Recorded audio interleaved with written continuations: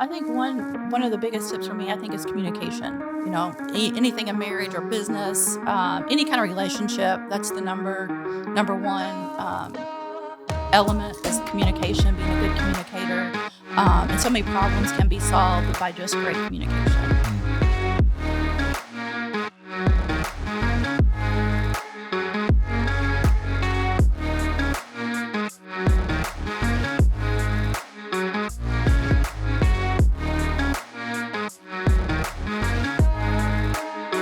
Welcome to another episode of the Culture-neer podcast. I'm your host, Gwaltney, and today we're in for a treat. I have Kim Gwaltney with me here today, mother of three, Nana to six, trusted advisor in my life, and my wife of almost 4 decades. So, Kim, welcome to the show.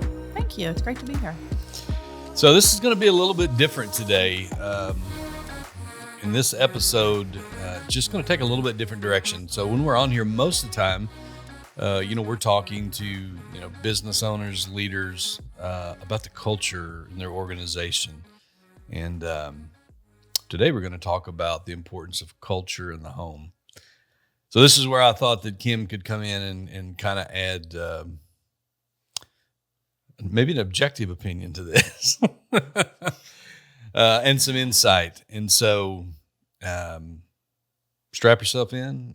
I think this is going to be good today. I want you guys to get to know her just a little bit first.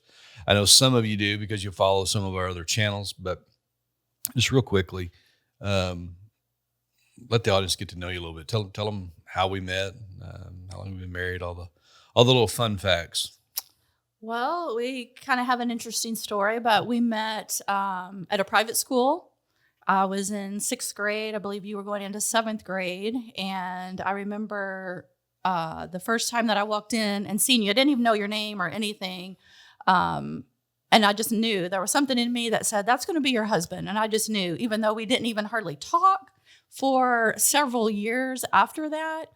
But yeah, it's kind of crazy. Like if one of my kids would have came home and said, hey, I met this person, I was in 6th grade, I would have been, I would have just died. Yeah, so it's kind of interesting, but no, we've been married almost 40 years. We have an anniversary coming up in August. So, yeah. Yeah. What a fun ride. I tell people all the time, so you're not old enough to have kids that old or to have grandkids. And they're absolutely right. I said, we got married as kids. We had kids as kids. And, we had kind of all grew up together. And that's funny, but factual. Yes. And, fortunately, they all turned out normal. Kind of like a fairy tale. Yeah, almost like a fairy tale.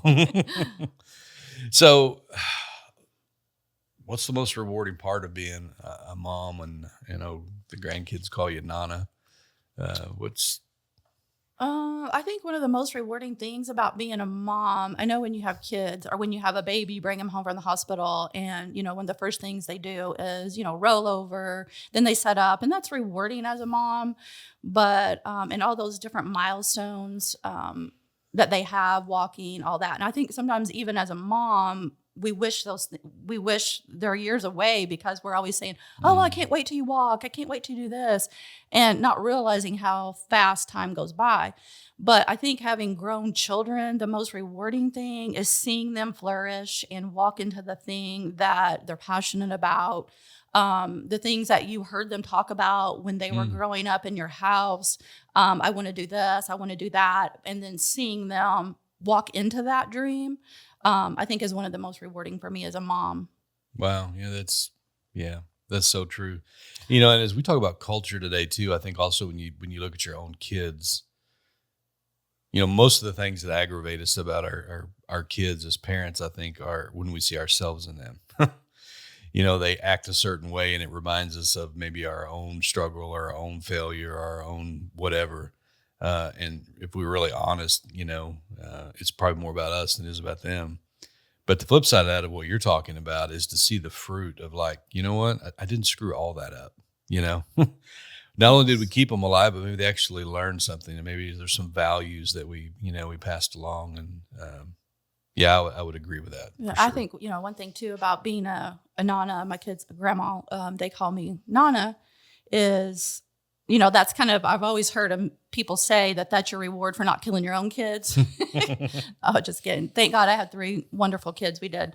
But the most rewarding thing about being a Nana is I think you finally understand when you're raising your kids and you're doing the daily grind and you're going to work, you don't really see the importance of spending time with them, getting in the floor with them and playing, or going outside and playing football or baseball or whatever the case may be. But when you have grandkids, it's like it's totally different, because what is so important, how fast that the kids grow up. And we have, our oldest is going to be 11, and we have all the way down stair steps, all the way down to 3. And I just sit and think, where did that 11 years go? How fast that 11 years went by. But I think when you're a grandparent, you realize that more, that, hey, the dishes are not important. The laundry's not important. That'll be there tomorrow, but the kids grow up so fast. And really, it's not really about what you can buy them. They're just after your time and that relationship, even from a very young age. And that is so good, because I think the older we get, it's like we have the experience, I think, to look back on, like, I wish I would have done that differently, or I wish I would have spent more time with our kids. I think that it almost gives, I think, grandparents an unfair advantage, because, when you're a parent and you're living in the moment, many times it's survival mode, and it's a survival mode while I'm being a pioneer. Like, I've not been this parent before. I've never had a toddler, I've never had a preschooler. I've definitely never had a teenager. Oh, what am I doing now? I've never had a kid in college. And so it's all those firsts that they're going through. And I think we glean from the experience, and then it's somewhat we're grandparenting maybe a little bit out of regret, like you were saying, like, man, I wish I'd have had that time. Because everybody always tells you that. Mm-hmm. You hear it, but it doesn't really register. So I think we're probably a whole lot more intentional. Well, and also I think it's important too, is just having someone that's older, that's already been through that. Like, the struggles that you're having, maybe in your parenting, or, have somebody that's older than you, that has grandkids, that can tell you, look, your time is worth everything to them, and just having somebody kind of walk beside you and help you out with those things. Yeah. Yeah. I think the goal today, and one of the reasons why I wanted to do this type of show, is we can spend so much energy and effort and become successful in our businesses, and doesn't really mean a whole lot if our families are falling apart. If our marriages explode halfway through, or kids don't like us, or we have a distant relationship with them and they just don't have anything to do with us. And I mean, I don't care how you describe success. I don't think anybody would describe that as being fulfilling or successful. And yet it's a road that many people end up falling down, almost like a hill. And that's why I really wanted to talk a little bit more about this today, because I think there's a lot of misunderstanding on what it takes to have a good marriage. I think there's a whole lot of misunderstanding on what it takes to, have a successful business. And so what do you think people misunderstand most about being married, either to an entrepreneur, a leader, someone in some kind of management position, where they've got more than average responsibility? What do you think is the most misunderstood part about being married to someone like that? I think a lot of times people are looking in and seeing that you're a business owner, and all the perks, so to speak, that you have, or things like that. And they think, well, oh, that would be nice. I think I'm going to start my own business. But they weren't there, when there was blood, sweat, and tears, and, it was totally different, then. They're just seeing the success of today. So,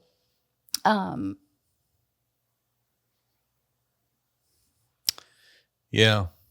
Talk to us a little bit from the standpoint of make it a little bit more personal, because I think you're right. I think people look and it's like, yeah, not having to answer to anybody, being your own boss, setting your own schedule. That just looks like that would be so great. I wish my wife did that, and somebody wasn't dictating her schedule, or my husband had that.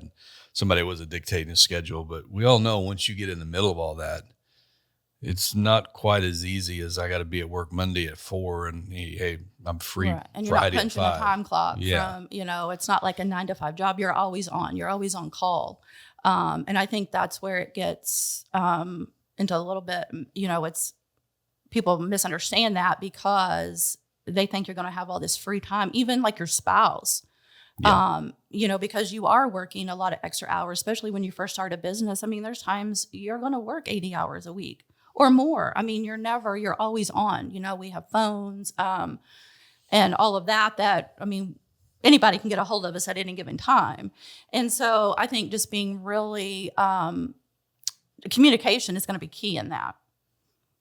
Yeah, I think sometimes at a glance, maybe there's a misconception if we're married to someone that's in that role. It's like, I want the perks of what I think I see people that are in business or management have, but I want the responsibilities of just being an hourly employee. And you really don't get both. And if you do, it's many years down the road to be able to get to that point. And I think that becomes a point of contention.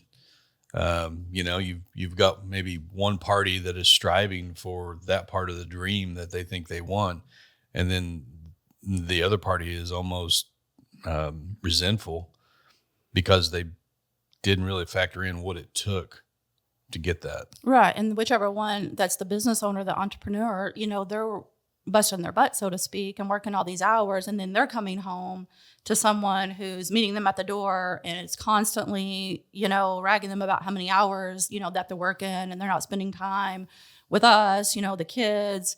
And so over a period of time, I mean, that person is really not going to look forward to coming home all the time, knowing that I'm out here trying to provide, for my family and better them, whether that's, they're trying to buy their first house, whatever the case may be. But then when they come home, they're constantly being put down and looked down upon because, of working so many hours. And it's a lot of hard work. It is. It's just not all fun and games.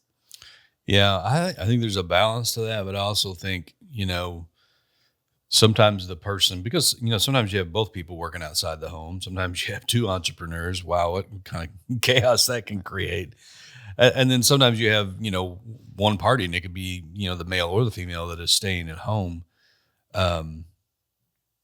But I think if you walk into the kind of environment you just described, there is a tendency for that person that is driven already and is trying to build something, and they're just a builder by nature. It's just kind of how they were created. They're a pioneer. Well, I think years ago, too, I'll interject something here, is when we were first married and I was young, we were both young and you were in a totally different profession, at that time. And it was actually more, I guess, something that you were called to do, that you were passionate about. And I thought as a young wife and mother that was just because you were so passionate about that. But really, when I understood that it's really your personality, because you're very driven, you're a pioneer, you're a visionary, all those things, because I just thought, well, you're just so consumed with that. But then when you move to a different profession and we started a business, I thought, well, he's not going to be like that. Because over here it was something you were passionate about. But really, you were the same way. And really, it was all about, that's just how you are. That's your personality, that, you're driven, you're a visionary.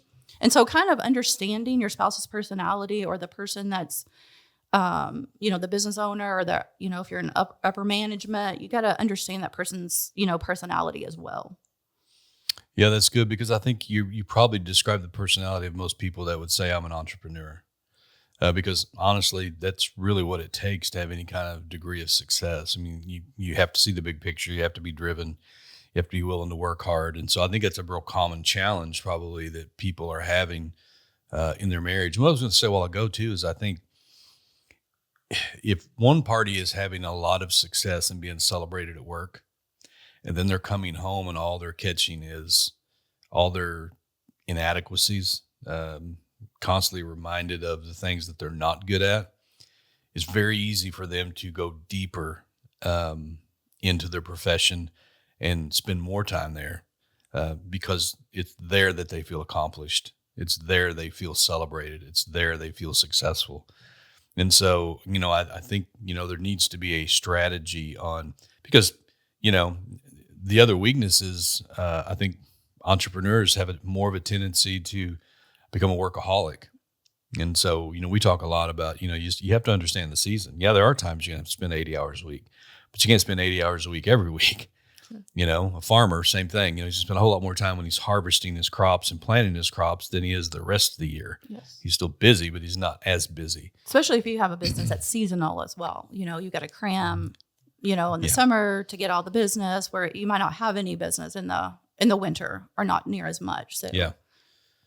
So it kind of leads to this next point that I really wanted us to kind of hone in on here today is, many marriages seem like that they died just to save their businesses. And then many businesses, on the other hand, are closing because they're trying to save their marriage. And I don't believe either is necessary.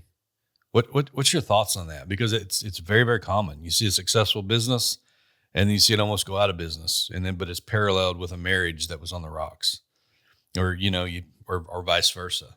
Sure. And I think, again, there's going to be seasons. It's just life. You're going to have, your business is going to be great, and then maybe a couple of years it's not so great. Same way with your marriage. You're going to go through different seasons, and you've just got to, you're a team.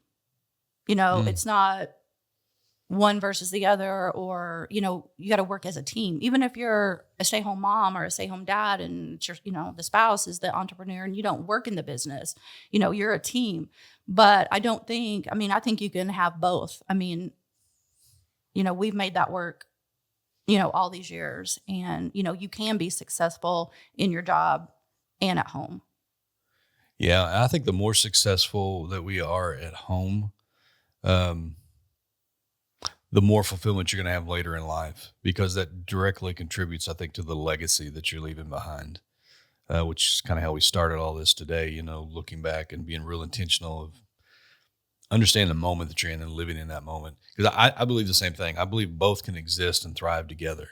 I think they can both contribute to each other's growth. I think a business done the right way contributes to the marriage. You think about being as an entrepreneur and being successful, that opens doors of opportunity. It has the ability to relieve financial stress that many people are living under. It provides the opportunity to have a degree of flexibility that other people have, that don't have. It can afford doors being open for your children and really having an impact on the next generation. So those are benefits of that, but they all come as a result of a lot of hard work. And that becomes the part of navigating, because they don't come immediately, and figuring out, how much sacrifice is enough, that is equivalent to the reward that I'm going to have. And and I think too, it's just building a strong foundation in your marriage. And like I said, you're both a team, and it's a give and take. There's times where, I know personally, like, one of my pet peeves in that is, like, can we just go to dinner one night without you having to be on the phone the entire time, or texting or whatever? But there's a give and take in that. Like, and I've also told you, look, you're willing to say, I'm going to leave my phone in the car. And I'm like, no, you can take your phone. And because if there's something that comes up that you have to deal with, you have to deal with that when you're a business owner. You can't wait for 2 hours. You've got to deal with certain things right, immediately. And I think the spouse has to understand that. And so I think if you have great communication and communicate that with each other, it's so much more smooth. Yeah. It's a balance and intentionality and good communication. So I think all that, it just takes a lot of work and intentionality. And I think if we had one word that we would just beat the drum to today, would be that word intentionality. In other words, I am doing that intentionally, on purpose, because I know there's a reason behind that. You made a great point. Our backdrop today is, the book that we have, the Culture-neer. And on the front of the book, it talks about building a team that beats the odds. And so in that, we're talking about in your organization, because that culture becomes your secret sauce. It's what separates you from your competition. It's the one thing they really can't steal. But building that team at home to complement what you're building at work, um, is probably even more important, definitely for the longevity of what we're talking Yeah, about. absolutely.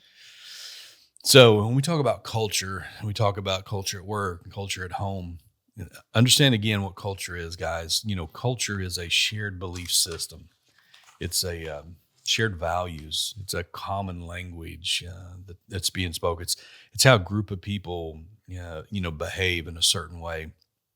And the two most important cultures that all of us that are listening here today are moving in and out of on a daily basis is the culture you have at work and the culture you have at home.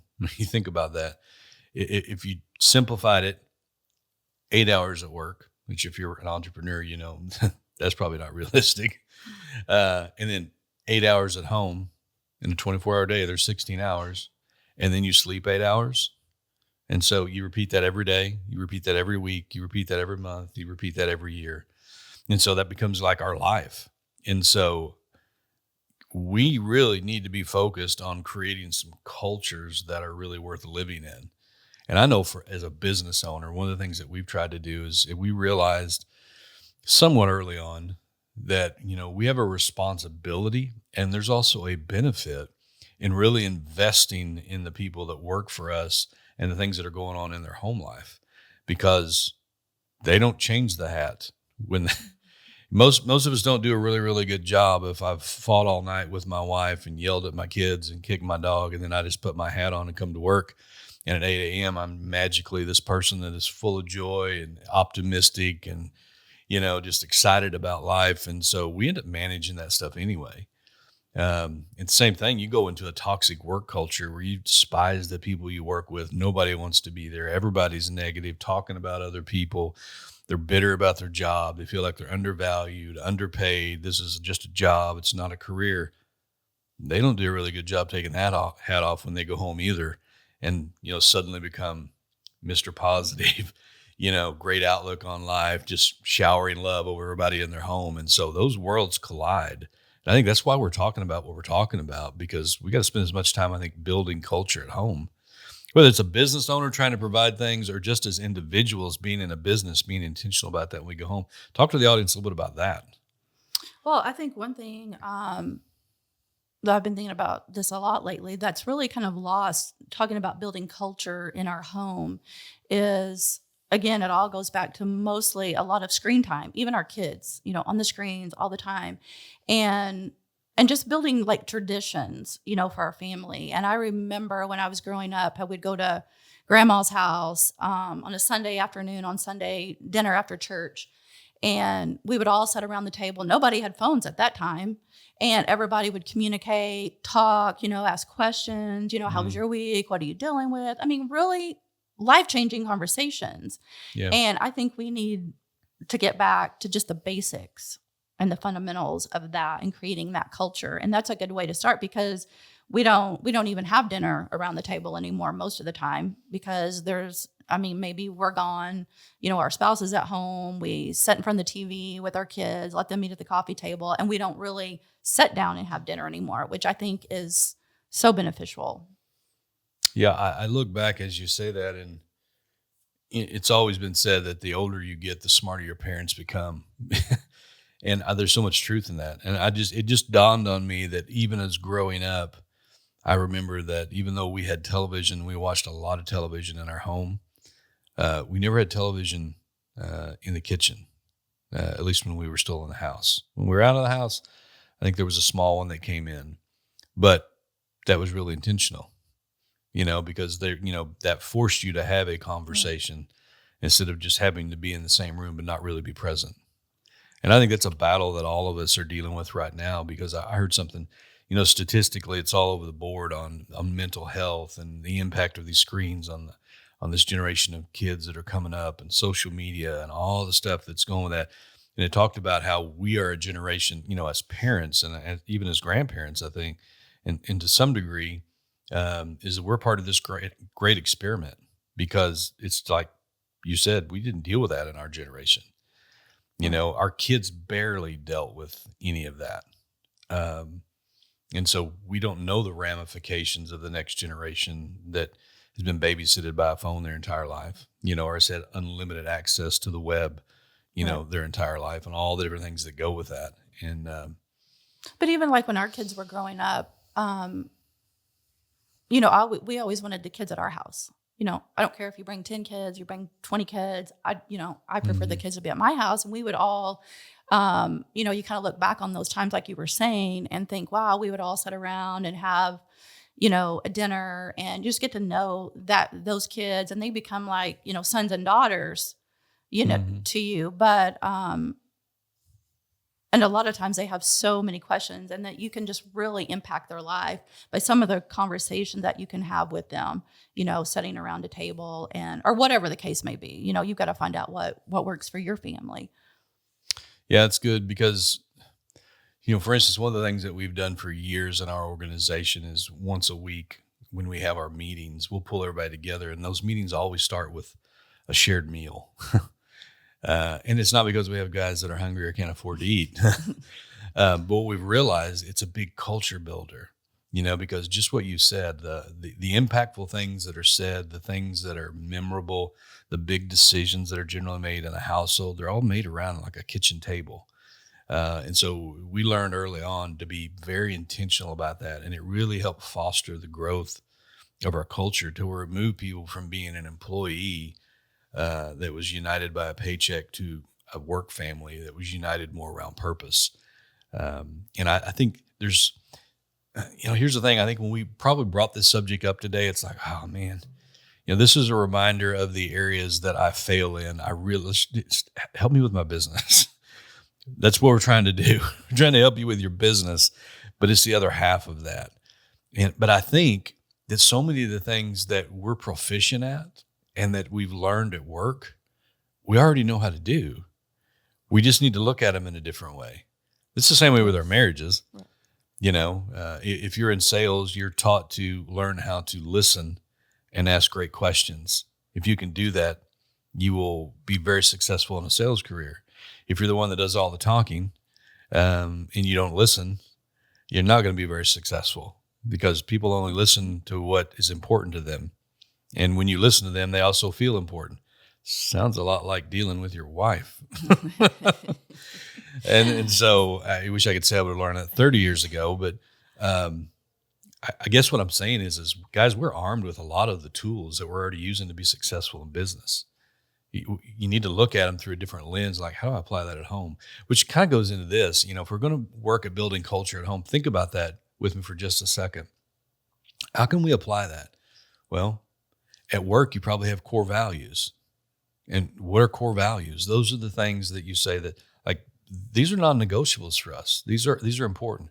Some of our core values in the organization that we run is, integrity. So do what's right when no one's looking. That's important to us. Excellence. That's important to us. Teamwork. That's important to us. No gossip. That's important to us. We could go on down the list. Being generous. That's important to us. And so because it is, we try to teach everybody on our team, like these are the values. And so when you go to make the decisions, process through what is valued by us. So you'll make the same decision. And the guy that was hired at number 99 would make the same decision. And the guy that was number 999 makes the same decision. Why? Because the culture, we all share the same values. What's the values in your home? See, every business has a value, but not every business is really good at writing them down. Not every business is good at, they get them wrote down, they think that's over, but still nobody knows what they are. They've become a piece of artwork.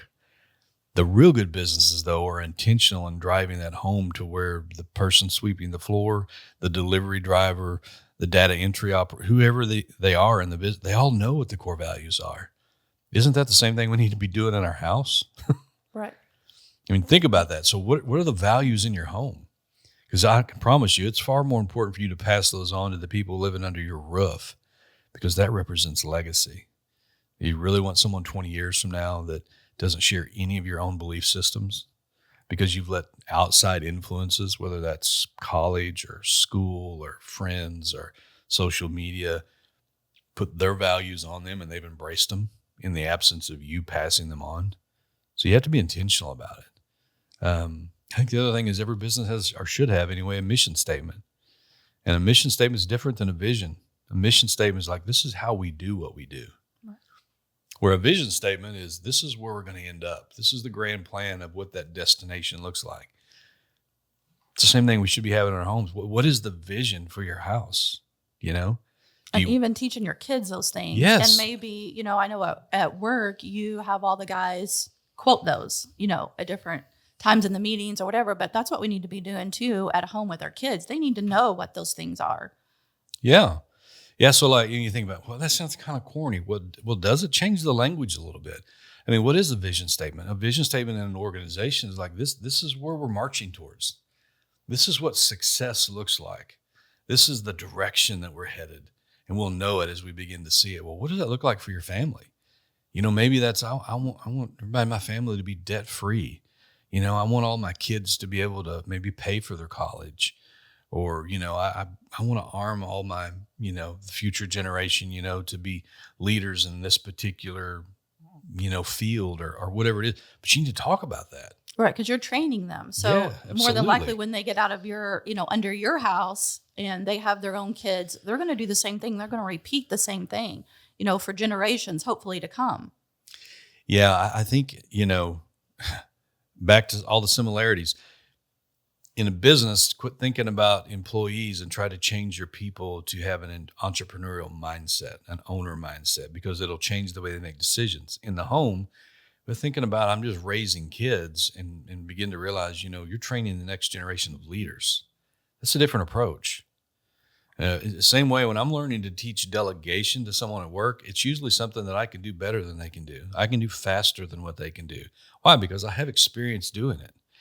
But if I'm going to delegate it to them, that means the whole process is going to slow down. I got to slow down to tell them how to do it, show them how to do it, to fix what they're not going to do as good as I'm going to be able to do it. But it's the only way they learn. And if I can delegate that to two people, irregardless of how fast I am, those two people are probably going to do far more than what I can do. And it's the same way in our parenting. When all life is happening and everything's swirling and none of us feel like we have more day than we have daylight, you've just got to slow down long enough to be able to pass that along to them and be very intentional about it. And we could camp out here, but I think you should be asking yourself, guys, what is your vision of your culture at home? What is your mission statement, so to speak, for your family at home? There's a certain way we do things. You ever heard like, well, Johnny's parents let them do that. And, the common response would be, well, I'm not Johnny's parents. And what are they really saying? Like, we have a way of doing things around here that is in line with the values of our family. So I don't need to tell you, why they're so wrong. You just need to realize why this is the way we do it. That's kind of like a mission statement. Everybody can compete in business, but they choose to do business a little bit differently. How are you choosing to conduct yourself at home in that culture? Which I love. Lately I've been watching our kids when we go out to dinner. We were just on a vacation, and I really love, like, when we were all at dinner, our kids were telling their kids that were wanting the phones or whatever. No, you're going to sit and talk. I just love that. I love that because they're teaching them at a very young age that, you need to have conversation. And not too long ago, we were in Kentucky, and this one family we had never met had us over for dinner. And I was just so blown out of the water. They had, I don't know if it's 3 kids. They have more kids, but there were only 3 of them, I think, at home, 3 or 4. And they weren't that old. One of them, I think, was maybe in college, but the other ones were younger. And how involved they were. Like when we sat down at their table to have dinner with them, how they pulled their kids into every conversation with the adults. Like they just didn't push them to the side. They were involved. They involved them in all the conversation that we were having, you know, where they had input and just teaching them how to have a conversation with adults. And I don't know. I really like that. I loved it. Yeah. I remember that. It had the same impression on me. And actually, for some of you that are listening, Kent Evans, a gentleman, and he has a podcast. I think the name of that podcast is I think it's the manhood journey, or maybe it's the fatherhood journey. But his whole focus is on how to be a great dad and father. I mean, we've seen that kind of up close and personal by being in his home, and it was a real testament of the investment that he had made, in his family. Which is so weird because we think now that's abnormal because I was so blown out of the water by that because when that should be the norm, not something that we think is, wow, you don't see that very often. Yeah, it shows you. I mean, not take anything away from what they were doing, but it's kind of how low the bar has become in our Right. country that those kind of things, really stick out. It's kind Yes. of sad. So I want to talk a little bit about numbers here before we get out of here today, because if you're in business, and you're in sales, you know your close rates. If you're in business, you probably know your numbers. Some of us maybe know them better than others, but why? Because those numbers are how you manage your business. They kind of tell you the health, what's working, what's not working, where I should invest, where I shouldn't invest. But here's a great question. Do you know the numbers regarding marriages today? When we're talking about building a winning team, and having a business that thrives and not having a marriage that doesn't, or a marriage that thrives and a business that has to fail because we haven't figured out balance in between and we're having to choose between one or the other. Guys, you don't have to choose, but you do have to be intentional and you have to be willing to put in a lot of hard work. But I thought maybe these numbers would maybe catch our attention. Statistics show that 1 out of 2 marriages in the United States right now will end in divorce. And you think about that. There's a 50% failure rate for people that are going to get married. Do you think a failed marriage would have a positive impact on your business? I think all of us know the answer to that. Just like it would be hard for a failed business to have a real, at least immediate positive impact, on our family. Well, those numbers don't get any better if you try it the second time. The divorce rate for people that have been married the second time is, 60%. The people that try it the third time, it's 73%. The end in marriage. So a healthy marriage is super important for your mental state of mind and for your physical, so your physical health, as well as for your children. And so it's this whole thing of coming back and realizing, I can't just put these things on cruise control and hope that they just work without being willing to make an investment. I mean, that's about as dumb as going out and buying a new car and like, well, it's new. Well, how long have you had it? Well, I've had it a year. Well, how many miles are on it? Well, 26,000. Well, how often do you change the oil? Well, never. It still runs. I mean, why would I? I mean, and we know like, well, that's stupid. As much money as you would have paid for that, why are you not trying to maintain it before there's a problem?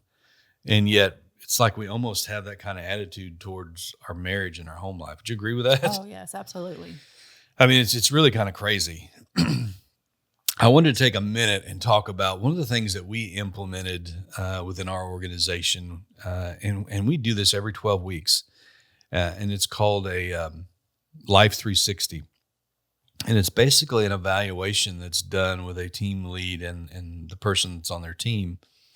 And up till now, it's been 6 areas of their life. Now, it's funny, we were having this conversation last night, and you mentioned about adding a 7th one, which I think we're going to implement that, and it was pretty good. Talk to us about a couple of those. I know you don't do all those, but a couple of the ones and then I'll kind of fill in the other ones, and then I'll tell them kind of how that works. What do you want me to tell them about the new one? Yeah, possibly?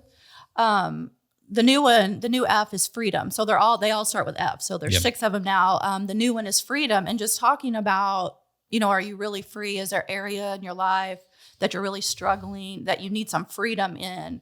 And just kind of discussing those and giving them books and some guidance on how to be free from whatever it is. I mean, it could be an addiction. It could be a workaholic. It could be all across the board, but just how free are we really?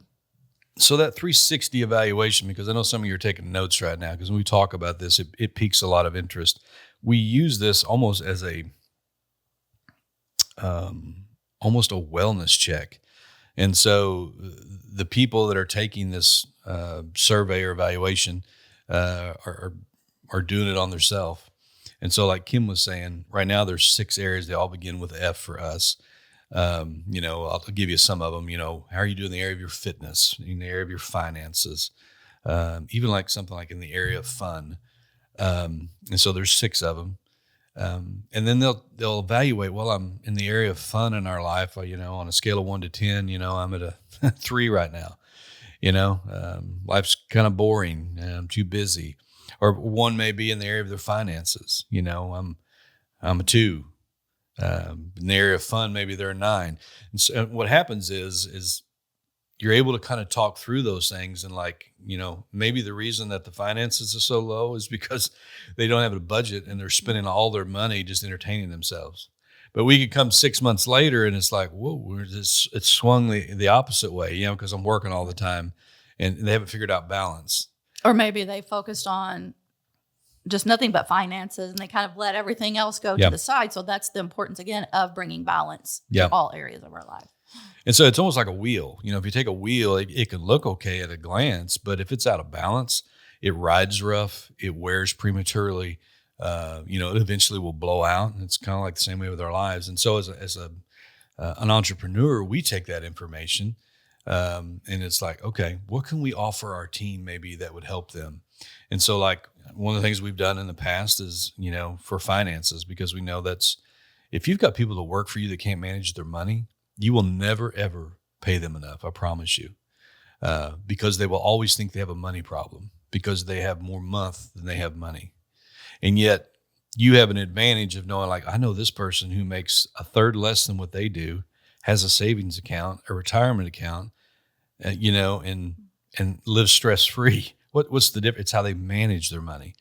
So you could pay somebody $110,000 a year, but if they're spending $120,000, you're probably not going to keep that person. And the reality is the challenge is not really yours. But the problem is because you're going to have to pay to replace them again. And so, we took everybody through a book one time on finances and on budgeting. And then at the end of that, we brought in a financial advisor. Like, listen, if you guys don't have a financial advisor, here's one here that we trust. And just to kind of expose them to, different resources that will be able to help them in their life, because they may not have seen that modeled. That may not have been taught to them. And a lot of times that is the case. I remember when we were dealing with this, people will look and say, well, I thought you were a roofing company. Really? I think your phrase is we're a leadership development company that just happens to provide roofing. Home because it is so important providing your team members with these just resources. Right. Yeah, so we try not to be too intrusive about it, and we tell people, actually, we'll use this in the final interview. And one of the things that I will say, because we do things a little differently, in our final interview at our organization, we invite the spouse to dinner. And it's like, okay, we're at the final juncture here. This is really not a hiring process for us. It's a selection process. And so we're not looking for somebody looking for a job. We're looking for somebody looking for a career change. And so we really want to make sure we've had all these interviews up to this point to make sure that you know exactly what you're about to commit to. And we want to know exactly what we're getting. And it's in that final interview that we'll actually do this little exercise together with a husband and wife. And I'll tell them, listen, if this seems too intrusive and personal, we are not the organization for you, because we're going to do this over and over again.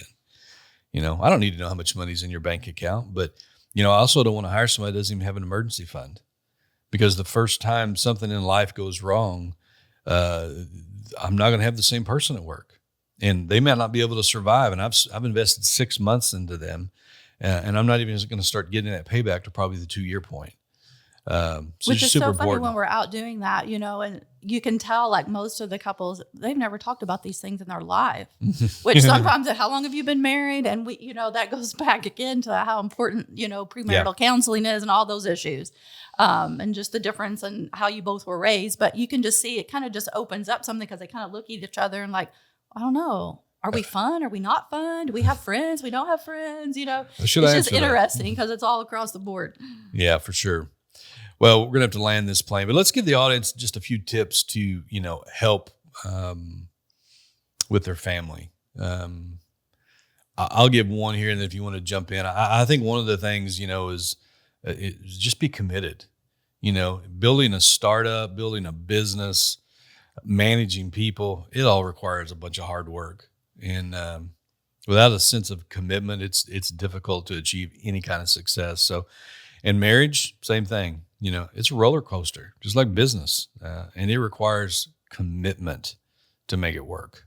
Every day, I've said this before, but there's some days that, when I'm at a ball game and they're singing the national anthem, I feel just this high degree of patriotism. But On another day, maybe I don't feel as patriotic, but it doesn't change the fact that I'm a citizen and I'm patriotic. So I think we need to be moved less by our emotion and our feelings and more driven by our commitment. And it's the same way in our marriage. There's going to be some days like, yeah, that reminds me why I married her. And there's going to be some days it's like, what was I thinking? But because you're not driven by your emotions, you've committed to a relationship, and I'm not dependent on another person making me happy. I'm committed to serving another person for the rest of my life. It becomes selfless instead of selfish, and it changes everything. The tip you'd have? I think one of the biggest tips for me, I think, is communication. Anything in marriage or business, any kind of relationship, that's the number one element is communication, being a good communicator. And so many problems can be solved by just great communication. So true. You got to communicate with your team at work. You can't expect them to read your mind, understand every detail, and you can't do that with your spouse at home either. So, it's a key ingredient for a successful company. Communication is obviously a key ingredient for, a healthy marriage. And I'll say one other thing too, maybe another wasn't on our list, but just like we were talking about having the 6 or 7 F's, you can actually incorporate that. We're talking about culture in your home. You can actually incorporate those things, something similar to that, just come up with something your own, or maybe use some of those to use in your family with your kids and discuss that with your kids, how you doing in this area. And you do that on like a quarterly basis or however often you want to do it. And even more important than that, just get together with your spouse, take a weekend. Hey, let's talk about these things, how we're doing, where do we need to improve? Again, that all goes back to communication. Yeah. Again, I go back to what we were saying a while ago, guys. I think we're actually better prepared for this than what we give ourselves credit for. And one of the little things that we've done and we've encouraged our people to do, and it's something super small, but I think it can have a big impact, is like most of us are prone now to using a digital calendar. It's on your phone, it's on your computer. One of the things you can do with your marriage as well, and in that culture in your home life, is share those calendar events. Make them a part of what's going on, so they're not finding out the last minute because you're a poor communicator. Well, yeah, I'm not going to be home Thursday, and they've prepared a meal maybe for all week, or your kids were excited because you're going to do this after work, and nobody knew what was going on, and you were just slammed busy. It's the other thing about like a date night. If you're going to have a date night, get all the benefit of the date night. Put it on a calendar. Give your spouse something to look forward to, that they're important enough to actually make your calendar. And so they're looking at that and they're seeing that. I think it communicates value. That's been a big help for us, is just having the calendar. We share a calendar. If I make an appointment, I can look up, I know when you're going to be out of town. If you have appointments, it just runs so much more smooth when you do that. Yeah. I know in every, like I have your work calendar as well. And I know some instances you can't do that, but you can have a personal calendar together. Yeah. And it's so helpful. I'm going to skip this one because I'm going to come back and talk about it when I'm doing better about it, which is health and fitness. So let's skip over that one unless you want to talk about it. And we can jump. Do you want to take the one on time? Because I think that one is super important, or do you want me to jump into it? One thing I'll say about time, especially in a marriage relationship, is I can't stress enough the importance of taking the time to invest in your marriage, like you said before something blows up. But just taking a weekend, whether that's, once a year, every quarterly, or whatever works for you guys, or every 6 months, and just spend the time and money and really invest, in a weekend for your marriage. Anyway, there's a part 2 right there. I think we talked about investment. We understand that from a business standpoint. I don't really want to spend this money, but I need to invest this if I'm going to stay competitive. I need to invest this if I'm going to take on new employees. But it seems like sometimes we don't have the same mindset at home. We have it for our hobbies. I need to invest in that boat. I need to invest in that ATV. I need to invest in those new golf clubs. But marriage retreat. And then you wonder why things blow up, you have all these different issues. Yeah. I'm driving the car and I've just never changed the oil. I don't understand why the motor blew up. I guess it's because of how they made it. It's always somebody else's fault. Culture. no matter what your values and beliefs is rooted in, it's not just a list of do's and don'ts. It should be the essence of how a family relates to one another, works together, and achieves goals. A strong family culture exists when you determine to walk out your values, your beliefs, your traditions that you want to share together. And, I think even there's just some steps you can do to help establish that culture in your home. I'll buzz through these really quick and we'll try to wrap this up. But, the first thing is you need to name it. You need to decide, what is it that you believe? What are the main principles that you're passionate about passing down to your own kids? We're a faith-driven family. Faith has a lot to do with the fabric of how we were raised. Faith and family is super important to us. And so, whatever it is that you believe, you need to be intentional about how you're passing those principles on, to your children. And I think that probably stems into your values. What are your values? What are those things that are non-negotiable? You think in a business about the name of your company has a reputation and you're protecting it. Well, the name of your family has a name, and that becomes your reputation. And so that's one of those values I think that you're teaching your children. There's a certain value that we live up to. When somebody hears our name, this is how we want that thought about. Here's how we don't want it thought about. You for sure have to model it, intentionally putting into action about what you believe. So we're talking about, here's just a few steps to help establish culture in your home. And then you got to teach it. You got to teach it again and again and again. Culture is continually putting words around what you believe. It's like when you talk about vision in an organization, well, vision leaks. What does that mean? That means people forget it. Life happens. And so you've got to repeat it and repeat it and repeat it. And you got to figure out a way, how am I communicating that to where the people in my family understand really what that means? Create a habit of behavior, that aligns, with your beliefs. If you say, we're a giving family, we're a family that believes in generosity, where are you creating opportunities for your kids to see you give? Are you creating opportunities for you to be able to serve and give together? That's how you establish. Those are some of those steps that you do to create that kind of culture in your home. And then think about work. What gets rewarded is what gets repeated. What gets recognized, that's what gets repeated. What are you rewarding at home? What do you recognize at home? Did you have something you're going to jump in there and say? But so you're intentionally, again, think about how you're doing that at work, and then apply those same, because they're principles in your home, and when you're teaching your kids how to share in that sport, celebrate that. That was so nice of you to do that. You didn't have to do that. We recently seen, an episode between a couple of grandkids, and, one of them had all of his army men set up, and he had spent an hour, lining up all of his men. And then one of the other grandkids come along and just took his hand and just wiped them all out for no reason. And so that obviously led to, a discussion on what's appropriate, what's not appropriate in behavior. And then we give the instruction to one of the other grandkids. It's like, I'm not going to make him share based on your behavior. But it was just a little bit of time that the other one came back and took all those army men and give them, to his cousin. And said, you can play with them. You can play. And I left that in his court. I said, this is going to be his choice if he wants you to play or not.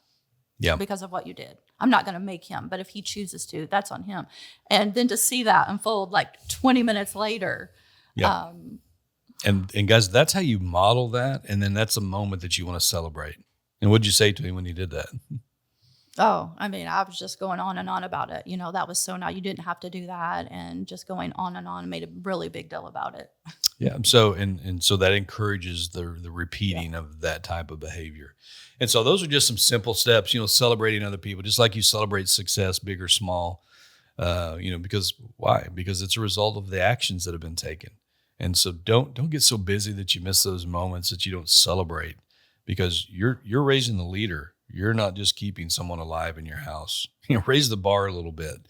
We didn't kill anybody. It was success in our house.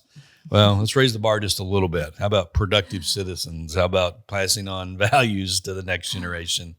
and legacy. Any parting words today on the whole subject of just winning at home, building a team that really matters? I think if we tied all this up in a bow, it's like, don't lose your business because you're trying to save your marriage, and don't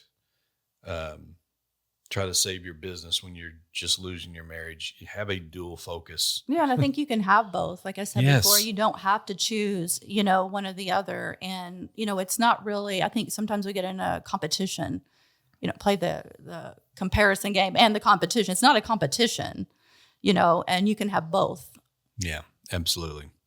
Well, I think we're going to end it right there. I appreciate you being on here today. This is always fun when we get to do this together. And I think the subject matter today is just so important. And I think I appreciate you sharing your objective opinion, and just a different perspective. Yeah, it was fun. And hopefully that was helpful for some of you guys and gals that were out there listening today. Listen, legacy is not just what you leave to your family. More importantly, it's what you leave in them, which is exactly what we've talked about today. We'll see you next time on the Culture-neer podcast.